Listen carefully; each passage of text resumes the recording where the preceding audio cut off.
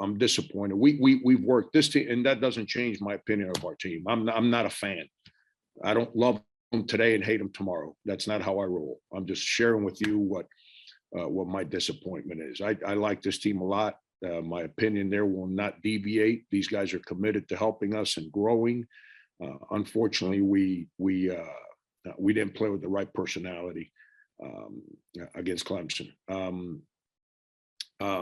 Moving forward, I think we're going to have two guys back for the game Wednesday, but I will not have that answer until late tomorrow.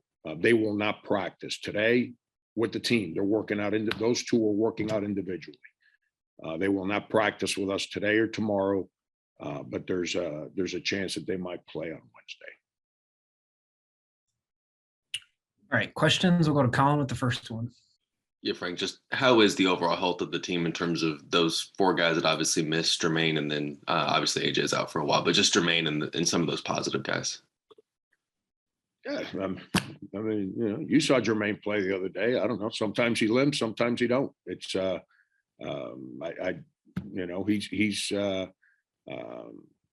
he's got to figure out a way to get himself back to a place of peace with his body so he can go out there and compete and compete at a high level, not just kind of be in between. There's nothing worse in life than when you're in between, in anything you do. When you're in between with an injury, when you're in between, it's not good. I remember Hassani Gravett coming to see me in my room. We were at Alabama, and he had rolled an ankle, and he had been out a little over 2 weeks. And he came to see me in my room. He goes, I'm like at 90%, but I don't, should I play if I'm not 100%? I said, you're asking the wrong guy. If you were to ask me, my opinion, I play with a sprained ankle, but I'm not you. You have to play when you're at peace with your body, where you can go out there and be all in, not be in between. And that's where Jermaine has to get to. With the COVID guys, it's they're in a good place. It's not like they're, knock on wood. It's not like they're laying in bed, close to, needing a respirator. No, they're fine. They're perfectly fine. And it's just the policies that are in place that are difficult. And on that topic, I want to clarify something that I don't think I expressed the right way the other day when I spoke on that. The vaccinated guys, it's 10 days. Well, that's what it was when we had no vaccines. Unvaccinated guys, how many negative tests does an unvaccinated player have to produce before they're allowed to play? I don't comprehend. I mean, you can be negative 7 consecutive days and you're still not allowed to play. And that. So when I spoke the other day, I wasn't trying to throw unvaccinated people under the bus. On the contrary, I'll speak of my children. One of my children didn't want to get vaccinated. The other two just got vaccinated when I told them to. Actually, when my wife told them to.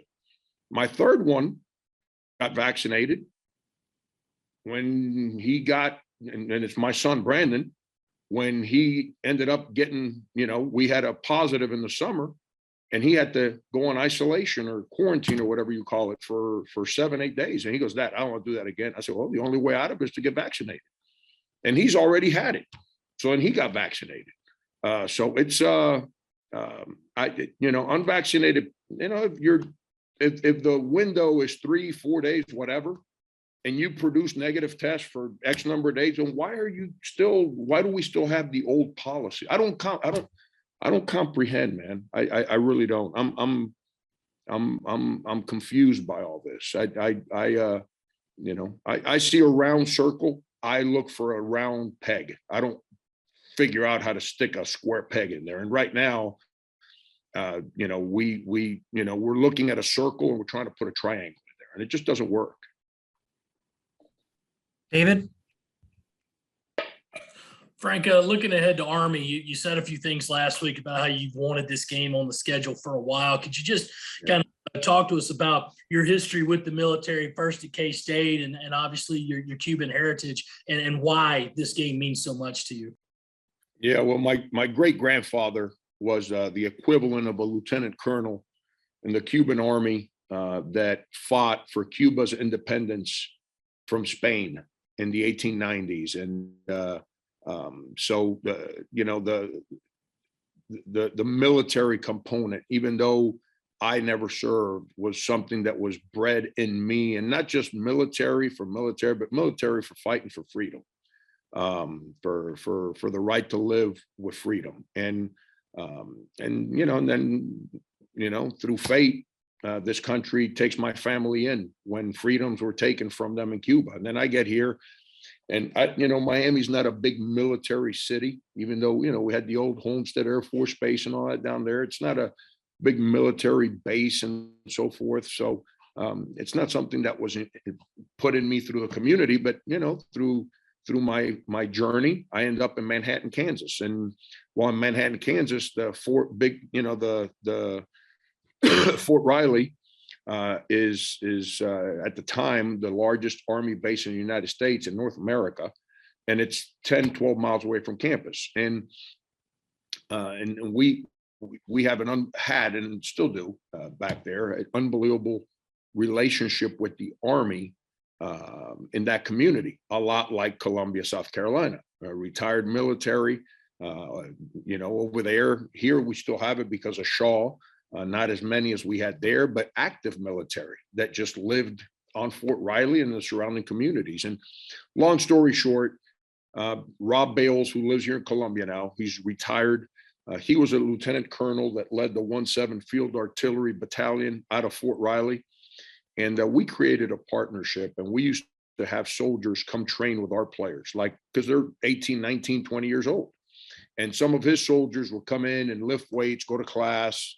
They played open gym with our players, and then our guys would go, coaches and staff, we'd go to Fort Riley and we train with their soldiers as they were preparing to go overseas. And then we go to their deployment ceremonies, and then we go back when they would come back. And it just created an unbelievable amount of reality for me and our players and our staff over there, the how lucky we are that we take a lot of things for granted around here, and our military keeps us in an unbelievably great place. And so now I'm in Columbia, and I've been trying like heck because of Fort Jackson, which is a little different. We've done all kinds of stuff for Fort Jackson, but it's a little different than Fort Riley because this is boot camp.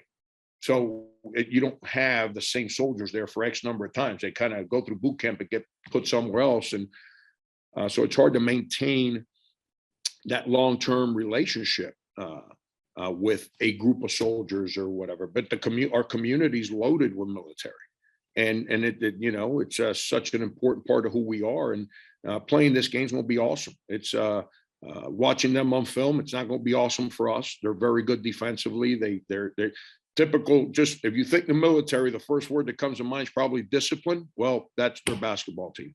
And so it's going to be really hard for us, but it's a great deal, great day to celebrate our community, our relationship with the military in our community, and celebrate, you know, because it is West Point, celebrate the Army and that branch of the military and what they do for us. Sorry for the long answer. Joe? Hey, Coach, I'm curious. I know you're not pleased with how Saturday unfolded, but given the situation, the circumstances, what benefits can you really take away being so shorthanded and getting guys extended minutes that maybe normally wouldn't see the floor like that much? And can that pay dividends down the road, guys playing a quality team like Clemson and getting those extended minutes with key guys out? Yeah, you know, Joe, it's when you manage a season, there's going to be days where you don't have your whole team. And you know, certain guys get opportunities to pick up the slack, and you know, sometimes they do, sometimes they don't. What disappoints me is those guys have been at practice every day. They've been on the bench every day when other guys have been doing certain things. And you know, this was our chance. Whether it was returning players, first-year players, it doesn't matter. It's the guys that got a chance to play, to go out there and do certain things to the best of their abilities. And if at the end of the day, they make more shots than us, but when we give up 14 offensive rebounds in the first half, That's just sheer effort, man. I couldn't move. I was the worst athlete ever created. If you grabbed one offensive rebound on me, the next time down, I was headbutting you. I was grabbing you in a chokehold.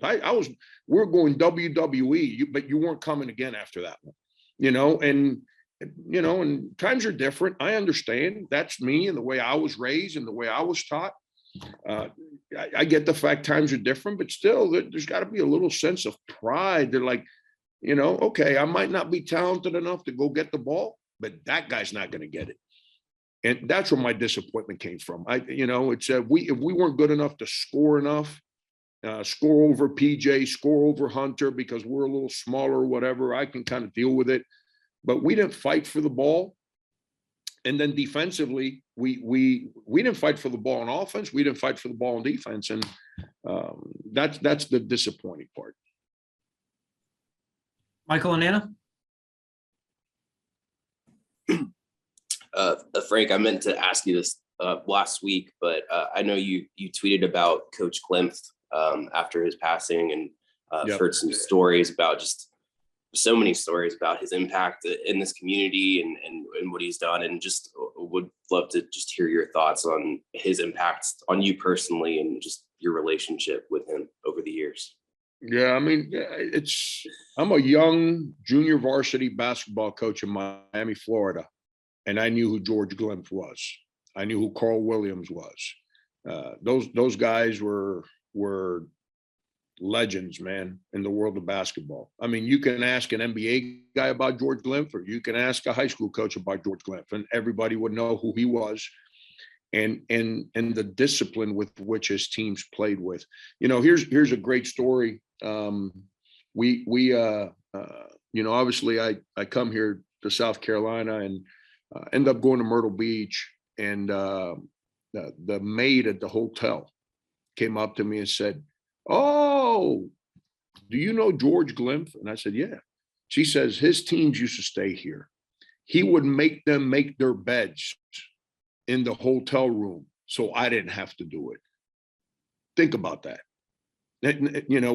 Think about teaching people that kind of discipline, high school people. And, that's who Coach was, man. I say this all the time, Michael, we in today's day and age, because of social media, we celebrate people that have a lot of wins. Man, who cares how many wins you got if behind the scenes you treat people the wrong way, if you don't empower others to be great? Coach Glimp, man, was all about empowering young people to be great, teaching them how to succeed.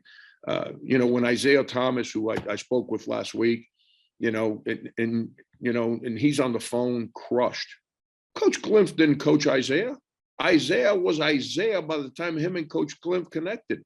Yet Isaiah considers him a mentor. That's the kind of man that Coach Glimp was. And that's the kind of person that this community lost, that basketball has lost, the friend. I mean, one of the first things I did when I got in town, I think I shared the story. If I did, stop me. I don't want to take the whole. It was my second day on the job. I'm sitting in my office at about 5 o'clock, and Holly Mooring, who was my administrative assistant at the time, comes in. She goes, "Hey, just so you're aware, I told the people that there was a big dinner being done in town for George at it used to be, I can't remember what hotel it was. It's a new hotel that got redone on Gervais Street, right? Just, as you go past downtown over there. And I just told him that you wouldn't be able to make it. I said, no. You out of your mind? I said, you need to call them and say I'm on my way. So I went back and put on the only suit I had with me, which I just worn the day before, and I went straight into the event just so I can go hug Coach Glimp and be there to honor him on the day that the city was celebrating him. And he's been a friend, was a friend. His spirit will continue. I will continue to be lucky that in a small way, his spirit empowered me. And not having him around, not getting a text from him after a loss. You see, everybody wants a text when we win. Getting text messages from him when we didn't play well, letting me know, like, don't change, keep doing your thing. We love you. That's the power of George Glimp. Colin? Frank, a couple for you. I guess, do you anticipate Keyshawn continuing to start at the 4 for you guys? And how would you maybe evaluate your team's offensive performance so far this season, and what's next for you guys as you get into the tail end of non-con and then SEC play?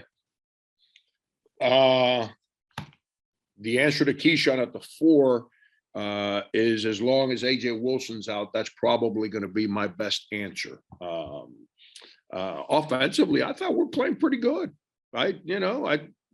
We've had some turnover issues at times. We've been slowly but surely getting that better. But offensively, I thought we've played pretty well. I mean, heck, we're a good basketball team. We're 8-2 and we're rolling. Now we got a wrench thrown into the whole thing, and we got to not regroup. We just have to play better. I thought our offense against Clemson was embarrassingly bad. We all we did was stand around, look at each other. There was no cutting, no screening, no passing. No one played within the structure that we create. We started to do some of that towards the end, like the last 10 minutes of the game or so. Is the only time in the game where we started playing through our structure with any kind of aggression. But I think offensively we're pretty good. I think we've got the ability to score a lot of points. We just had 30. I know the opponent was an inferior opponent, but we just had 31 assists in the game. That means there's some ball movement, not one-on-one playing. But then we leave that game and we come and we have 4 assists. That's how bad our offense was. Mike Uva? Frank, not just specifically coming off this game, but just looking at the whole season, how would you assess just how people are picking up this defense? I know that's a question we asked you maybe the first week into the season, but with so many new faces, how would you just kind of grade out how they've been able to adjust to your style? I think I want to say we're top 17 in the country in field goal percentage defense. I mean, our 3-point defense has been pretty good. We fouled a little too much, but that's normal for my teams early in the season, especially with so many first-year players, just because players mistake aggression with grabbing, and guys have to learn how to play in our system where people try to drive us and how to rotate and not foul. But we're a good basketball team. We got some really good wins. We lost on a neutral side against a really good Princeton team. Go look at their record to see who they've played and who they've beaten. To a really good Princeton team with no Keyshawn, no AJ Wilson. We lost at at Coastal Carolina with no Jermaine, and which is a big deal when you go on the road for the first time and you're in a sold out arena and your most experienced guard does not play. And then we just lost to Clemson with half a team. So it's by the way, to the guys that have asked, Clemson's a really good team. I don't know. They're 7-4. Their losses are at Miami, at Rutgers, to a top 20 St. Bonaventure team and a top 20 West Virginia team, in which they've had leads at Miami, at St. Bonaventure, and West Virginia. And so I don't, we're a good team, man. I really like how we guard. I like how we play on offense. I like our personality. The Clemson game was bad. It was, but I'm not into excuses. I know, some people like to take my words and spin them whatever way they want to do it. And that's your prerogative, and you do whatever you want to do. And people can assume whatever. When I mean people, I mean fans, they can assume whatever they want to assume. Just like me. I can assume whatever I want. I don't need anyone telling me whether I'm right or wrong. But I don't make excuses.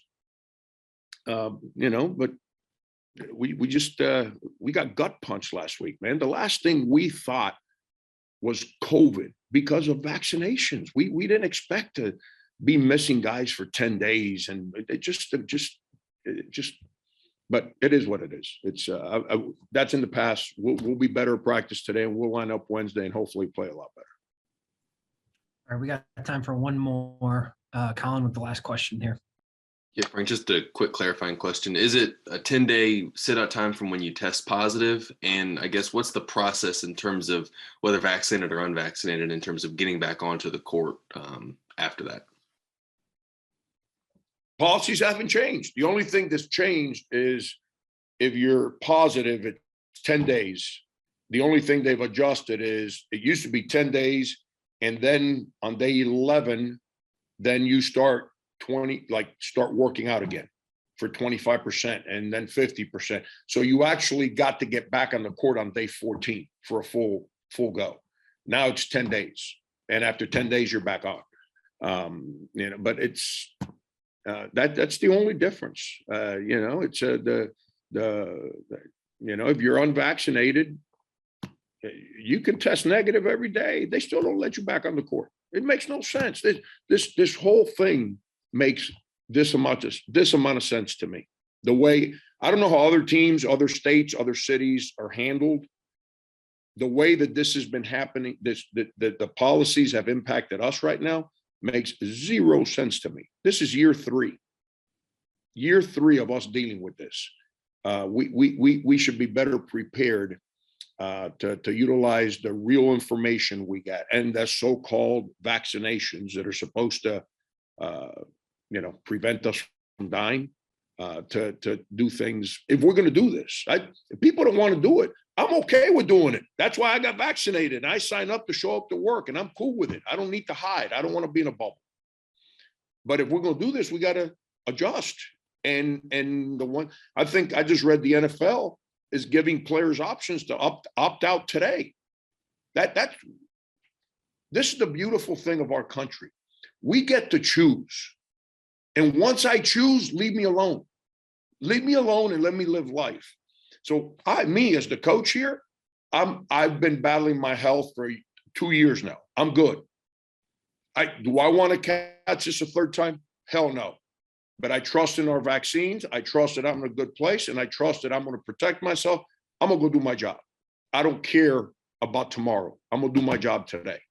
If we're going to do this, we got to figure this one out. But if we're not going to do it, it's like I started the press conference. We can't be in between, man. We're either going to do this or we're not. We make choices.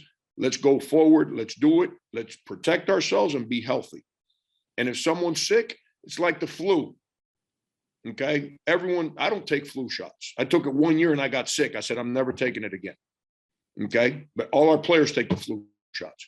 When they test positive for the flu, we keep them away for a day, maybe two, until the fever breaks right back. And so I don't have the answers. I'm just throwing stuff out there so we can figure this out. And like I said, if I sound ignorant to people that are intelligent, I have common sense. I might not be smart, but I got common sense. And right now, my common sense tells me that the old policies trying to be stuck into today's environment doesn't work if we're going to trust in vaccination. Appreciate it, guys.